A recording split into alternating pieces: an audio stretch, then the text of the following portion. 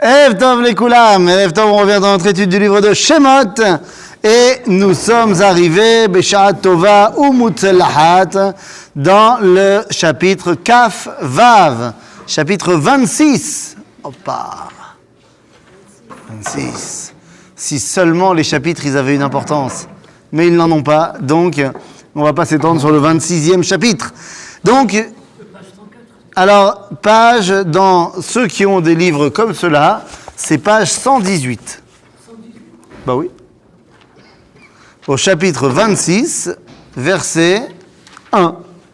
Perek Kaf Vav, Pasuk Aleph.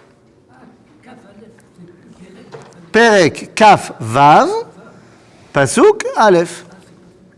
Ok? Alors, je tiens à vous prévenir. Le cours de ce soir risque d'être l'un des plus ennuyeux de toujours. On va laisser tourner la caméra, puis on va aller se prendre un café. Ben exactement. Parce que, effectivement, là, on va parler de la construction des murs. Voilà. Les murs du Mishkan. Qu'est-ce qui se passe? Qu'est-ce que c'est? Il faut voir le sens derrière et d'avoir une tonne de choses. Le sens derrière. Tu veux qu'on aille derrière le mur? Non. Il faut briser le quatrième mur. Non, le deuxième sens. Alors, allons-y. Derrière le chat. ואת המשכן תעשה 10 יריות, 6 מושזר ותכלת וארגמן ותולעת שני, קרובים מעשה חושב תעשה אותם. Alors, la première chose qu'on te dit, c'est de créer les yériotes du Mishkan. C'est quoi les yériotes? Oui, c'est le toit en fait. Ça va être le toit pour la simple raison que le Mishkan n'a pas de toit en dur. C'est ce qui fait de lui un Mishkan. C'est pas l'arche d'Alliance. Non, le Mishkan, c'est le tabernacle. C'est la première version du Beth Amikdash. Maintenant, même lorsque le Mishkan sera à Shiloh, il va y rester pendant près de 350 ans, donc il sera fixe, il n'empêche qu'il restera quand même pas fixe, parce qu'il n'aura pas de toit, il y aura encore ces tentures. Bien que là-bas, à Shiloh, les murs sont du mur, mais le toit reste amovible. C'est un toit décapotable, et donc ce qui montre qu'il n'est pas vraiment à sa place, qu'il n'est pas fixe. Je croyais qu'il n'y avait que des tentures, mais pas de toit. C'est ce que je te dis. Les tentures, c'est le toit. Les tentures verticales. Non, bah, quand il pleut. Il pleut pas. Il pleut pas? Comment ça, il pleut pas? Et quand il fait trop chaud, plein soleil? Toi, tu me dis, non, mais il y a les Anané Kavod, tout ça. Mais moi, je te parle du Mishkan, pas seulement pendant les 40 ans du désert.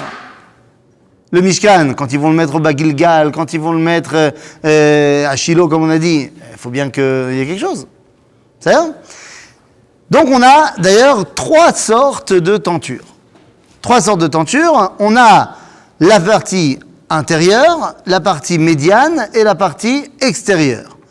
Regardez ce qu'on nous dit. Donc, on nous a dit « Eser yeriot » qui sont Shesh Moshzar, Utchelet, Vergaman, Vetolat Sheni, Kruvim Maaseh Choshev Taaseh Otam. Orech הירייה האחת 18 באמה ורוחב 4 באמה, הירייה האחת, מידה אחת לכל היריות. Donc on a 10 tentes, enfin 10 tentures comme ça, qui sont très jolies. Parce qu'elles sont cousues de plein de matériaux différents, de plein de couleurs différentes. Donc on a quelque chose qui nous amène une esthétique dans le Kodesh. Mais il y a une autre signification. Pourquoi c'est rouge? Pourquoi c'est du lin? Pourquoi c'est... Du lin? Où t'as vu du lin, toi? Il y a marqué dans ma traduction. Où? On a un retour. Shesh Moshzar, c'est pas du lin. Le lin, c'est Pishtan. Le lin, c'est Pishtin. C'est du Pishtan, le lin. Alors c'est quoi Shesh Moshzar, c'est un autre matériau classe. C'est la soie de l'époque. Ok? Donc là, le but, c'est simplement que ce soit esthétique. Il n'y a pas C'est- de signification. Mais c'est une signification super importante. Non, mais d'accord, mais C'est-à-dire que, dans le détail, dans le détail, on utilise tout ce que l'époque est capable de produire. C'est-à-dire que tous les éléments qui sont évoqués ici, c'est tout ce qui est la classe de l'époque. Aujourd'hui, on te dirait, tu vas faire une rivière de diamants. Il n'y a pas de rivière de diamants à l'époque. Donc on va utiliser tous les matériaux les plus nobles. On a vu qu'on utilise de l'or, en veux-tu, en voilà. On va parler du KSF dans 2 secondes.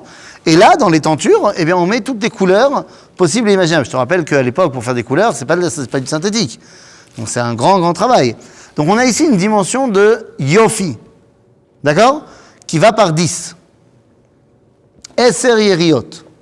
Donc le 10, évidemment, il ramène à la dimension de shlemut, à la dimension de dévoilement entier. Puisque à chaque fois que Dieu se dévoile de manière complète, ça passe par 10. À Sarah Mahamarot, qu'il a créé le monde en 10 paroles, il s'est dévoilé pendant les 10 commandements. Ser Makot, à Sarah Nissim, Shayu Bevet Hamikdash, Bekitsur. Dès que Dieu veut se dévoiler, ça passe par 10. Donc les tentures qui permettent d'être l'endroit, le réceptacle qui va recevoir la Shrina en son sein, eh bien c'est Eser Yeriot. Ok? Chamesh Ayeriot Tiena Choberot Isha El Achota, ve Chamesh Ayeriot Choberot Isha El Achota. En d'autres termes, c'est comme ça. C'est comme ça. C'est-à-dire que on t'a mis 5 les unes derrière les autres d'un côté, 5 les unes derrière les autres de l'autre côté, et c'est mechoubar comme ça. D'accord? Alors, là encore, pourquoi est-ce qu'on les a mis comme ça? On va retrouver cette dimension de 5 et 5, enfin on l'a déjà retrouvée, dans les Luchot Abrit. C'est-à-dire qu'on garde cette dimension du dévoilement Ben Adam la Makom, ve Ben Adam la Chavero.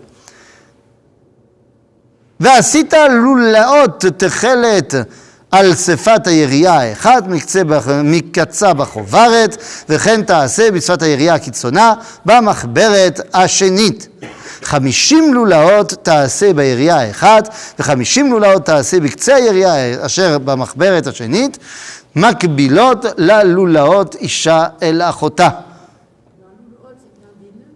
Non, lulaot, ce sont des... C'est pas des nœuds, c'est des... Comment on dit non, c'est pas ici.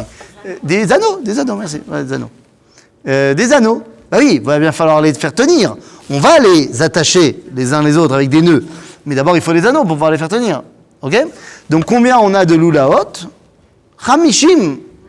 En fait, il y en a chamishim ve chamishim. Mais ils sont censés s'attacher les uns les autres. Donc, en fait, quand ils sont accrochés, il n'y en a plus que 50. C'est-à-dire qu'à chaque fois, il y en a 50 d'un côté, 50 de l'autre, et ils se s'imbriquent, et tu les accroches chaque deux, tu vois, de chaque côté. Vous comprenez comment ça marche? On les accroche ensemble. Donc, ça veut dire qu'au final, on a 50 lulaot qui permettent de faire tenir ces fameuses tentures. Je vous rappelle qu'on est en train de parler de quoi? Du toit du Mishkan. Les deux. Les deux, mon capitaine. C'est le toit. Elles vont pas jusqu'au sol, les lulaot, les yeriot. Elles vont pas jusqu'au sol. Il y en a d'autres choses qui vont au sol. Ok? Elles sont, si tu veux, elles couvrent le Mishkan comme ça, plus ou moins. Le but, c'est de couvrir le toit. Oui. Pas seulement les côtés. Non. Le but, il n'est pas de couvrir les côtés. Ok? Donc là, c'est quoi cette histoire de toit? C'est ce qui nous permet, en fait, d'arriver jusque là où on peut s'élever. Ok? Alors, c'est curieux qu'il y ait un toit. Pourquoi? Parce que si on... Il y a fait. Donc, où est-ce qu'il n'y a pas de toit? Il n'y a pas de toit dans la partie où il y a le misbéach.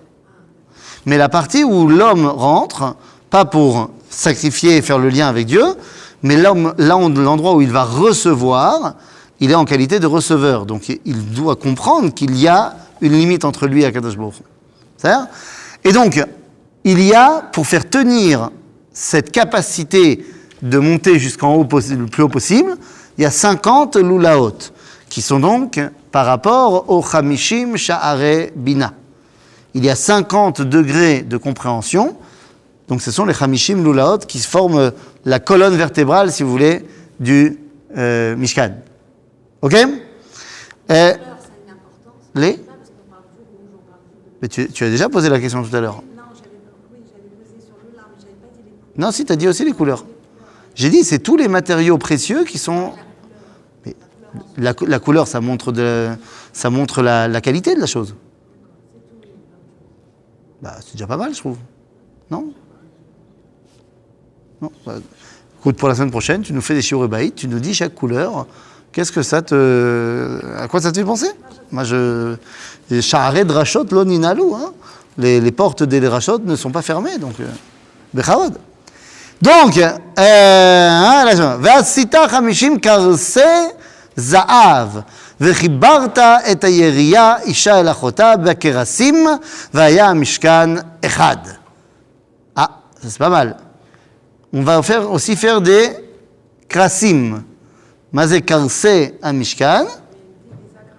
Des agrafes. C'est des agrafes. Tu comprends bien que c'est pas des agrafes. C'est des crochets. Des crochets en or. Pour faire tenir de tout. Ok? Vaya Mishkan Echad. Et là, tu as compris que quel était le rôle du Mishkan? De dévoiler la dimension de Echad. Et c'est pour ça qu'on fait plein d'éléments qui sont détachés les uns des autres a priori, qu'on va tout réunir. Le but du Mishkan, c'est de réunir vers l'unité. D'accord? Ve'asita yeriyot izim le'oel al mishkan ashte esre yeriyot ta'ase otam. אורך הירייה האחת 30 באמה ורוחב 4 באמה, הירייה האחת, מידה אחת ל-12 היריות. Donc là on a une autre couche de tenture. C'est au-dessus de cette tenture jolie et cousue qui sert de toit esthétique. Ce sont des peaux de chèvre. À quoi ça sert? Peut-être qu'on passe du minéral, peut-être n'importe quoi, à l'animal. Et alors, c'est quoi après Non, c'est pas mal, mais le problème, c'est que la troisième partie, elle sera aussi animale. Donc, là, en l'occurrence, Orot Izim, c'est quelque chose que tout le monde connaît à l'époque. Avec quoi? Qu'est-ce qu'on fait avec des peaux de chèvre? Non, on ne fait pas de vêtements à l'époque en peau de chèvre, parce que c'est très lourd, la peau de chèvre. Je ne suis pas certain, peut-être. Non, pas chaud, on fait des tentes. Les tentes, elles sont faites en peau de chèvre. Encore aujourd'hui, les Bédouins, ils font les tentes en peau de chèvre, en Nekouda. Pourquoi? Parce que ça protège de la chaleur en été et ça garde de la chaleur en hiver. Donc, les Orot Izim, c'est la fonctionnalité du Mishkan. Et oui, on est en train de parler d'un endroit qui révèle la révélation. On pourrait penser qu'il n'a pas besoin de s'inscrire dans une réalité concrète. Non. Yesh Oel, concrète, qui a besoin d'être protégé des intempéries. Il va pleuvoir en Eretz Israël, il va faire chaud en Eretz Israël. Donc on a besoin de quelque chose qui va protéger. Ok? Pour amener le Mishkan à quelque chose dans le réel. Dans le réel. Dans le réel. וחיברת את 5 היריות לבד ואת 6 היריות לבד וכפלת את הירייה השישית אל מול פני האוהל. Donc là on a 11 tentures, c'est plus 5 et 5, c'est 11. On va en mettre 5 d'un côté, 5 de l'autre, pareil pour recouvrir, et une dernière pour le derrière du Mishkan. Parce qu'il faut aussi derrière. Là il s'agit de protéger. L'explication du 11 par rapport au 10, je le garde exprès pour quand on arrivera à la Ketoret. Donc ça, je le garde. C'est pour moi, c'est cadeau. ועשית 50 לולאות על שפת הירייה האחת, הקיצונה, בחוברת, ו50 לולאות על שפת הירייה החוברת השנית, ועשית קרסי נחושת 50 והבאת את הקרסים בלולאות, וחיברת את האוהל, והיה אחד. On redit la même chose qu'on a dit pour les premières tentures. Pourquoi? Parce que les premières tentures, on a dit, c'est pour montrer l'esthétique. Donc la dimension de la beauté qui est importante. Pourquoi? Agave, on n'a pas dit pourquoi. À quoi ça sert que quelque chose soit beau? On donne l'importance. Pourquoi? C'est beau, c'est important? Tu vas embellir quelque chose qui est important pour toi. Ouais, mais tu m'as pas expliqué pourquoi. C'est-à-dire pourquoi est-ce que pour donner de l'importance, on veut le faire beau? Ça, tu m'as pas dit. Hein? Kavod, faut que ce soit beau? Il n'y a pas une mitzvah De rendre beau les synagogues? De embellir? Bon, d'abord, il n'y a pas de mitzvah de faire une synagogue, mais le Mishkan, le Beth Amikdash, il faut qu'il soit beau. Nachon. Il doit être parfait l'esthétique, c'est pas la shlemut. L'esthétique, les amis, c'est l'imaginaire. L'esthétique, ça veut dire quoi? C'est beau. Ça veut dire que ça influe sur la façon que j'ai d'appréhender la chose. Pas de manière concrète, mais de manière subjective. Et donc c'est très important qu'il y ait l'esthétique au sein de la relation avec Akadosh Baruch Hu. Bimiyuchad, quand on vit dans un monde où il y a plein de choses qui nous arrivent dans les yeux, qui ne sont pas forcément reliées à la Kedusha. Donc il ne manquerait plus que les temples d'idolâtrie soient très jolis et le Beth Amikdash il soit tout moche. À ce moment-là, qu'est-ce que tu fais comme association? Eh bien, que la Kedusha, c'est moche. Lo j'avais. Que? Ça me dérange un peu Que quoi?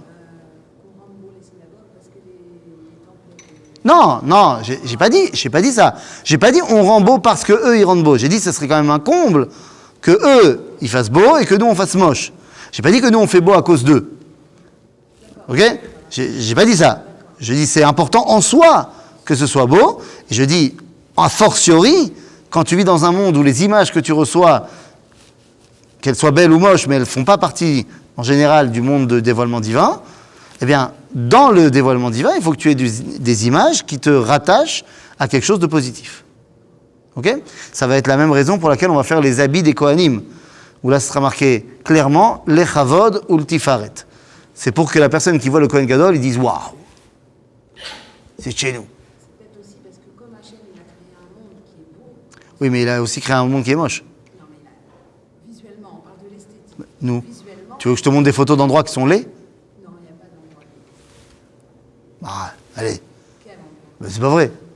Quel endroit n'est? Quoi? Si c'est pas la main de Cité l'homme nord de qui l'a Marseille. rendu Les cités nord de Marseille. Non, mais ça c'est l'homme qui l'a rendu comme ça. Non, mais quoi? Tous les endroits, toute la géographie, Et tous... Hachem, c'est beau, c'est magnifique. Bon, c'est très subjectif ce que tu me dis là, parce que tu es amoureuse de Kadosh Baruch Hu, c'est très bien. Mais je peux t'amener dans des cavernes, enfin voilà, où c'est pas forcément l'esthétique qui prime. Hein. Ça a un charme. Tu vois où tu dois l'amener la prochaine fois? C'est-à-dire, prochain tioul, en amoureux, tu trouves une caverne bien glauque, et tu lui diras, bah, ça a un certain charme. C'est-à-dire ok. Alors là, j'ai une question. Oui. Pourquoi là on parle des carcés Zahav et là c'est des carcés en cuivre? Ah ben, attends, 2 secondes. Tout à l'heure, on parlait de ce qui tient la première série de trucs qu'on voit. Là, on est sur quelque chose qui est au-dessus. C'est la fonctionnalité. Ben, ça veut dire ce qui se voit pas, ça fait rien si c'est pas... Ça veut dire qu'on n'a pas besoin que ce soit en or. On a besoin que ce soit solide. La fonctionnalité. C'est la deuxième partie. Ok? Ensuite, וסרח העודף ביריות האוהל, חצי הירייה העודפת, תסרח על אחורי המשכן. והמה מזה בעודף באורך היריות, או האוהל, יהיה שרוח על צידי המשכן, מזה ומזה לכסותו. En fait, on fait en sorte que les tentures soient attachées les unes avec les autres, de sorte qu'au final, tout le Mishkan soit couvert, avec la deuxième paire de tentures. ועשית מכסה לאוהל, אורות אלים מאוד דמים, ומכסה אורות תחשים מלמעלה. On a une troisième couche de tentures qui est à l'extérieur, qui sert à quoi? Qui sert aussi à avoir une esthétique, mais de l'extérieur. Il y a la façon dont tu perçois le dévoilement quand tu rentres, et il y a l'esthétique à l'extérieur. Hop, excusez-moi, j'ai oublié de le mettre. Allô? Voilà, excusez-moi. Voilà. Donc il y a l'esthétique quand tu es à l'intérieur, les Kohanim, ça, et il y a l'esthétique de celui qui est dehors. Et donc on a ici une tenture en peau de tachash. Ah ben c'est ça. Mazé à tachash. Qui traduit par bélier? Non, avant il y a bélier, après il y a pas. Où t'as vu bélier? Non, il y a rot elim meodamim, ça c'est une chose, mais il y a au-dessus Orot tachash. Orot techashim.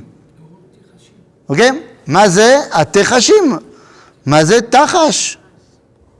באמת שאלה גדולה, מה זה תחש? Hein? Oui, il dit quelque chose, pas ici. La première fois qu'on voit le mot tachash, il nous dit ça. Et Rashi va nous dire, la première fois où on voit le mot tachash, 3 options. Soit c'est du dauphin. Il n'y a pas qui savait chasser du dauphin. Oui, c'est plutôt. D'abord, je ne sais pas si tu as déjà été à Eilat. D'accord, il faut pouvoir l'attraper le dauphin. C'est pas un très grand problème pour des gens qui vivent de la pêche ou qui vivent de ce genre de choses. Il y a d'autres animaux. On a de tout le temps attrapé des animaux. Je pense pas que ce soit ça le vrai problème. Les dauphins, on trouve beaucoup de dauphins dans le golfe de la mer Rouge. Donc c'est très possible que déjà à l'époque il y en avait. À Gave, jusqu'à aujourd'hui, les Bédouins, ils se font souvent des chaussures en peau de dauphin. Dans cette région-là. Parce que c'est très fort et c'est un cuir qui est très fort. Donc c'est Kayam. Hein? Parce que c'est dans la région, on en trouve, et que c'est une peau qui est très résistante. Purement et simplement. Maintenant, est-ce que c'est ça? C'est un avis. Deuxième avis, non, c'est pas du dauphin. Quand on dit tachash, orot techashim, c'est une façon de faire le cuir.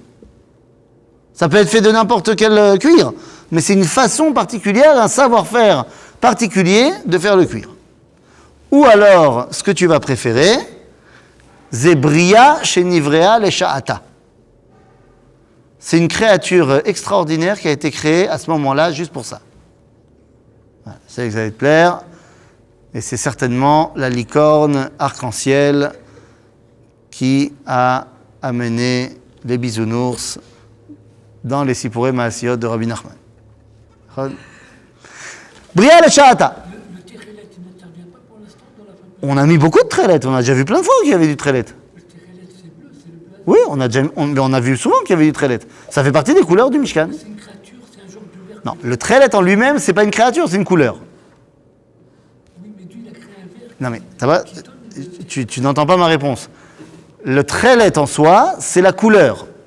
Tu dis, mais d'où vient ce trélette? Il vient d'une créature. Effectivement, ça vient pas d'un verre, ça vient de ce qu'on appelle argamon keekotsim. C'est un espèce de coquillage. On extrait l'être vivant à l'intérieur, on l'écrabouille, ça donne une pâte un peu mauve comme ça, et en le laissant sécher au soleil, ça devient bleu. C'est comme ça qu'on faisait le trélette. Aujourd'hui, il y a plusieurs avis sur c'est quoi le trélette. Le premier qui a dit qu'il avait retrouvé le trélette, c'était, si je ne me trompe pas, le rabbi de Radzin, Rabbi Meradzin. Et le premier trélette qu'on a pu voir chez des gens, c'était les chassidim de Radzin, et les Breslovers, ils suivent le rabbi de Radzin aussi.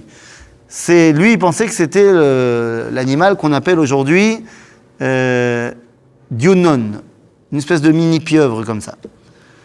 Bon, plus personne n'accepte le trélette de Radzin aujourd'hui, à part les chassidim de Radzin et les Breslovers.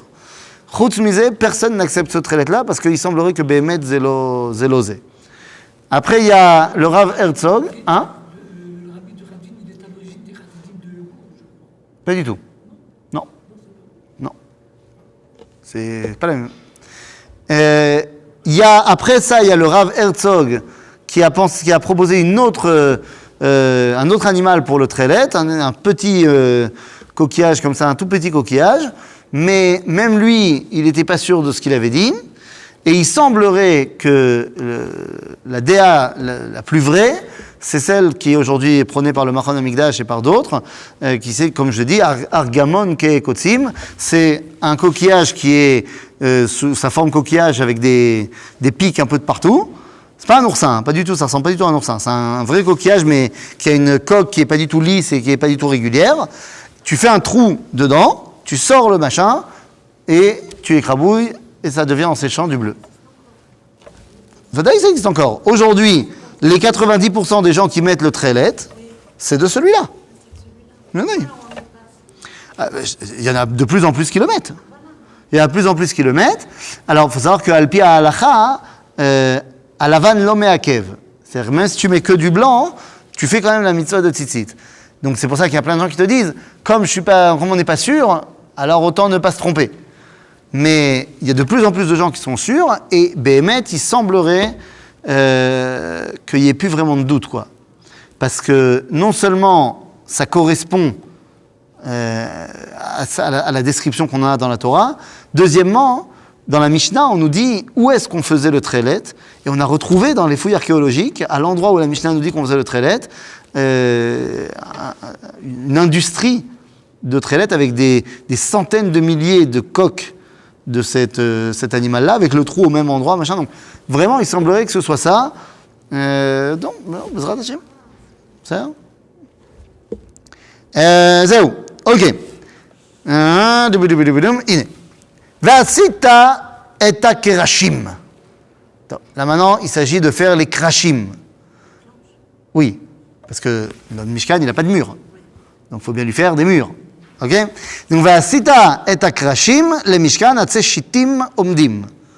Ce sont des bois, shitim, je ne sais pas comment on traduit, c'est quoi cet arbre en français. Bon. Ouais, c'est un arbre de l'arbre. Alors, le Midrash, hein? Il est surnommé ce bois le cèdre du Liban. Non. Non.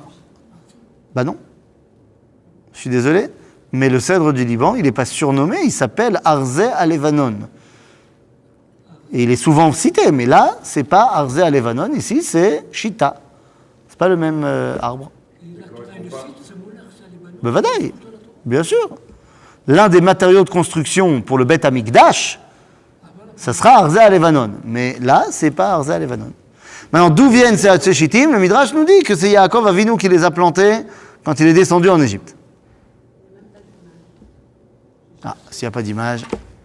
Ça, Yaakov, il les a plantés, et donc quand on est sorti d'Égypte, ils avaient poussé, on a pu les prendre. Ok? Donc, Hatséchitim Omdim. 10 אמות אורך הקרש ואמה וחצי אמה רוחב הקרש האחד. Donc ils font quelle taille ces planches? Ils font 10 coudées de long. Une coudée c'est à peu près 48 cm. Ok, donc c'est plus ou moins 5 mètres, 4 mètres 80. Ok, et d'un autre côté, la largeur, c'est Ama Vachetzi. Ok? Ama Vachetzi, c'est-à-dire, ça ferait du 4 mètres 80 sur, combien? 70. Non, voilà, 70 cm. Ama Vachetzi. Non, une coudée et demie. Une coudée et demie. Ok? Donc c'est mastoc comme truc. Ok? שתי ידות לקרש האחד משולבות אישה אל אחותה, וכן תעשה לכל קרשי המשכן. Donc il y a des poignées qu'on met également sur les bois, pour les planches pour les prendre. ועשית את הקרשים למשכן 20 קרש שליפת נגד תימנה, ו40 אדני כסף תעשה תחת 20 הקרש, ושני אדנים תחת קרש אחד לשתי ידותיו, ושני אדנים תחת הקרש האחד לשתי ידותיו. Donc on fait des adanim. Les adanim, c'est des socles pour tenir les planches. Ok? Et le problème, c'est que ces adanim-là, eh ben, ils sont faits en quoi? En argent.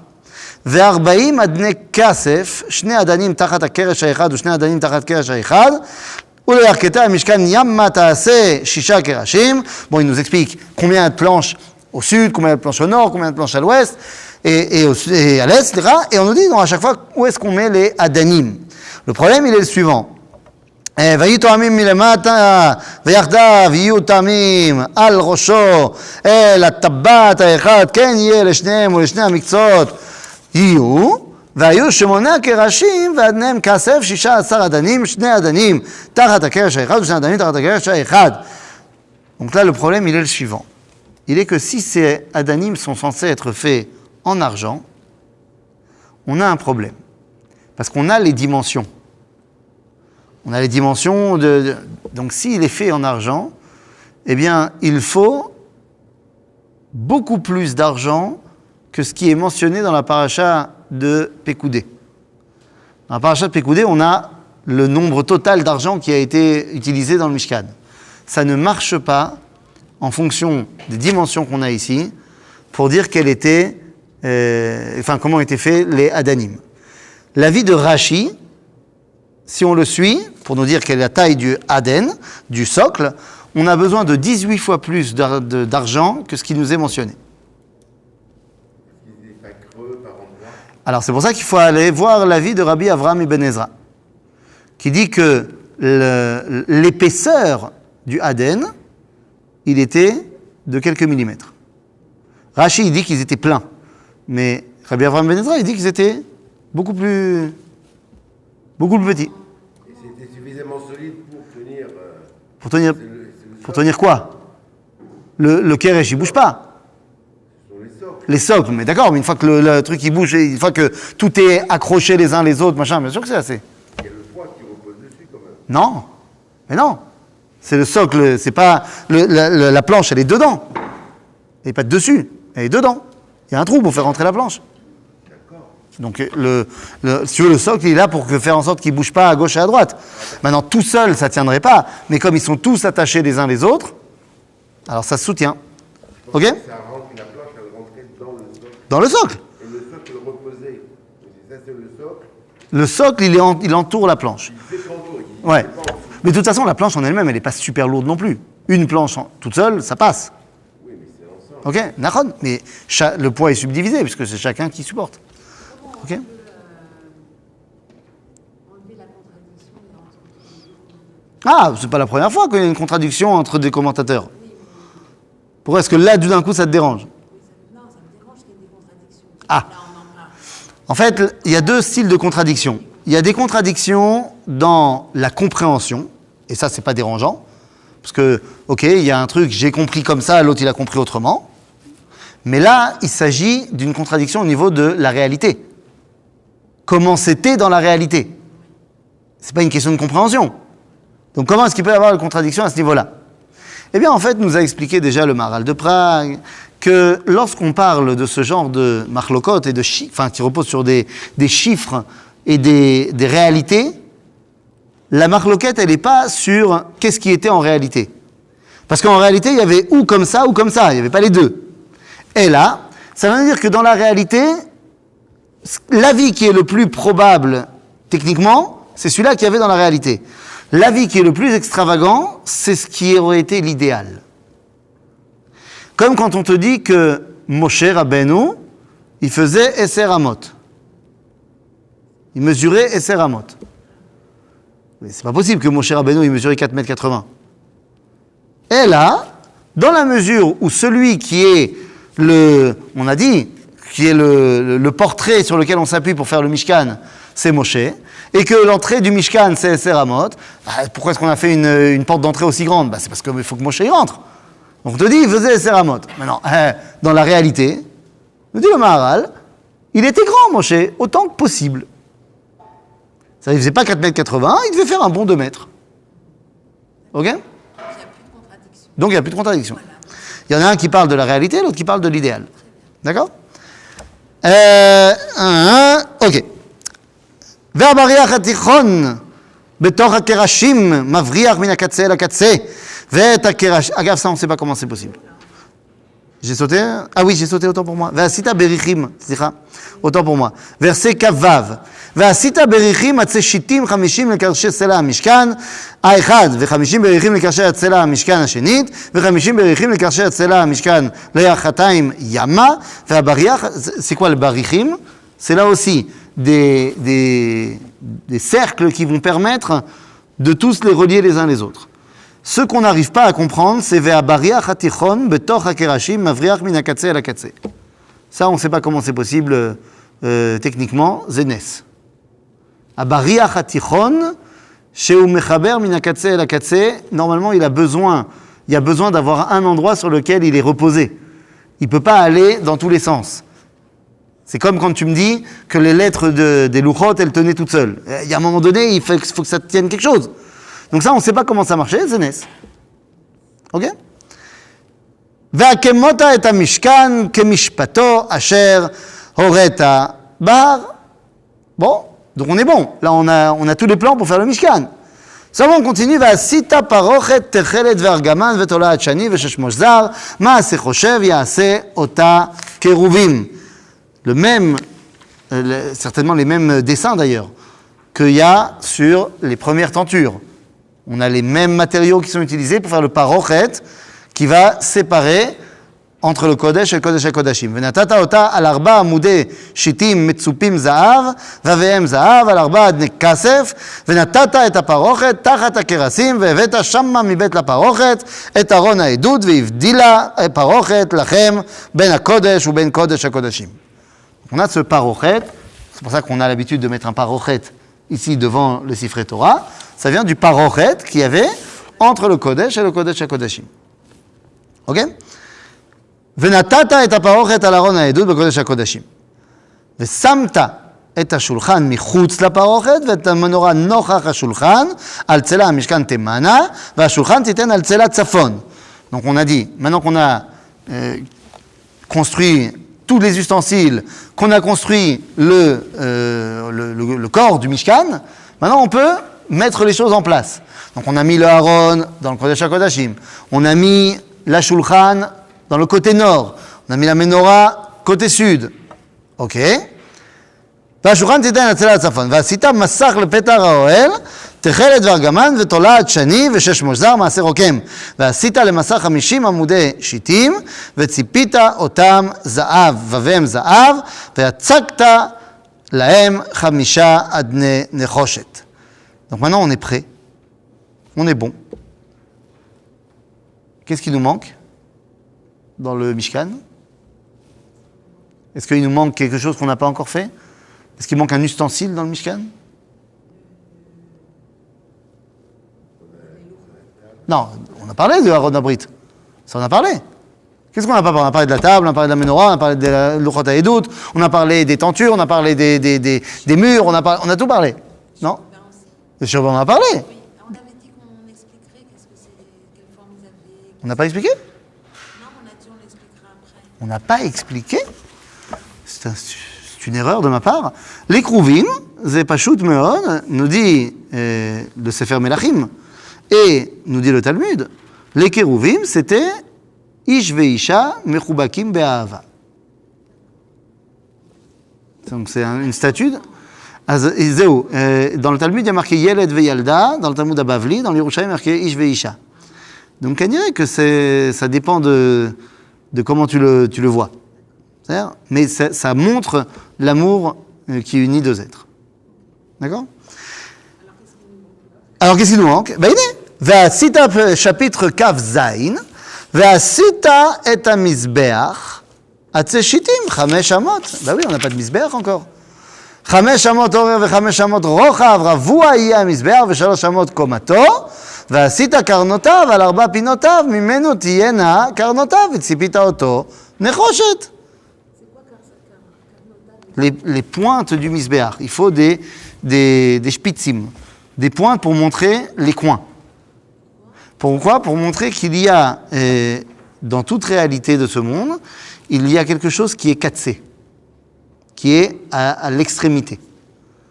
Ok? Maintenant, ce misbéach, ça va être là qu'on va faire les korbanot, évidemment.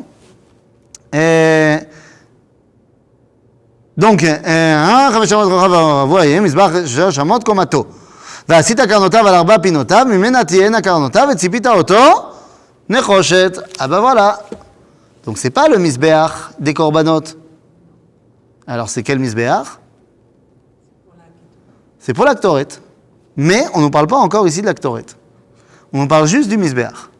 Ok? ועשית סירותיו לדשנו ויעל מזרקותיו ומזלגותיו ומחתותיו לכל כליו תעשה נחושת. Donc tous les ustensiles qui vont servir à ce misbéach-là sont faits également en נחושת. ועשית לו מכבד מעשה רשת נחושת ועשית על הרשת 4 טבעות נחושת על 4 קצותיו ונתת אותה תחת קרקוב המזבח מלמטה. והייתה על הרשת עד חצי המזבח. Il a également un réceptacle. Et oui, on sait qu'il va y avoir dessus beaucoup de charbon et d'encens, donc il faut quelque chose pour récupérer en dessous.